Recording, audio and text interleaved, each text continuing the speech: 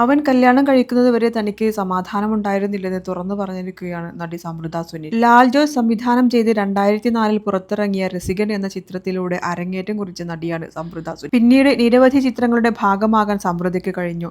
ശ്രീകാന്ത് നായകനായ ഉയിർ എന്ന ചിത്രത്തിലൂടെ തമിഴ് ചലച്ചിത്ര മേഖലയിലും എവിടെന്തേ നാഗേന്തി എന്ന ചിത്രത്തിലൂടെ തെലുങ്കിലും സമൃദ്ധ സാന്നിധ്യമറിയിച്ചു. സമൃദ്ധയുടെ കൂടെ ഏറ്റവും കൂടുതൽ അഭിനയിച്ച നടൻ പൃഥ്വിരാജ് ആയിരുന്നു.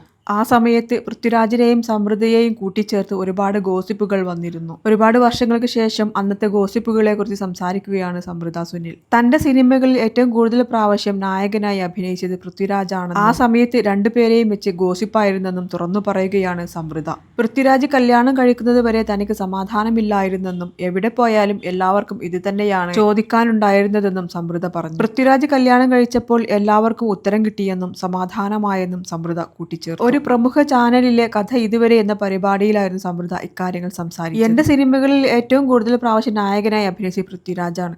ആ സമയത്ത് ഭയങ്കര ഗോസിപ്പായിരുന്നു. എൻ്റെ അമ്മോ, അവൻ കല്യാണം കഴിക്കുന്നത് വരെ എനിക്ക് സമാധാനമുണ്ടായിരുന്നില്ല. ഞാൻ എവിടെ പോയാലും എല്ലാവർക്കും ഇത് തന്നെയാണ് ചോദിക്കാനുണ്ടായിരുന്നത്. അവസാനം അവൻ കല്യാണം കഴിച്ചപ്പോൾ എല്ലാവർക്കും ഉത്തരം കിട്ടും. സമാധാനമായി സമൃദ്ധ പറയുന്നു. അച്ഛനുറങ്ങാത്ത വീട്, അഞ്ചിൽ ഒരാൾ അർജുനൻ, ചോക്ലേറ്റ്, തിരക്കഥ, റോബിൻഹുഡ്, പുണ്യം, അഹം, മാണിക്യക്കല്ല്, അയാളും ഞാനും തമ്മിൽ, വാസ്തവം എന്നിവയാണ് ഇവർ രണ്ടുപേരും ഒരുമിച്ച് അഭിനയിച്ച സിനിമകൾ.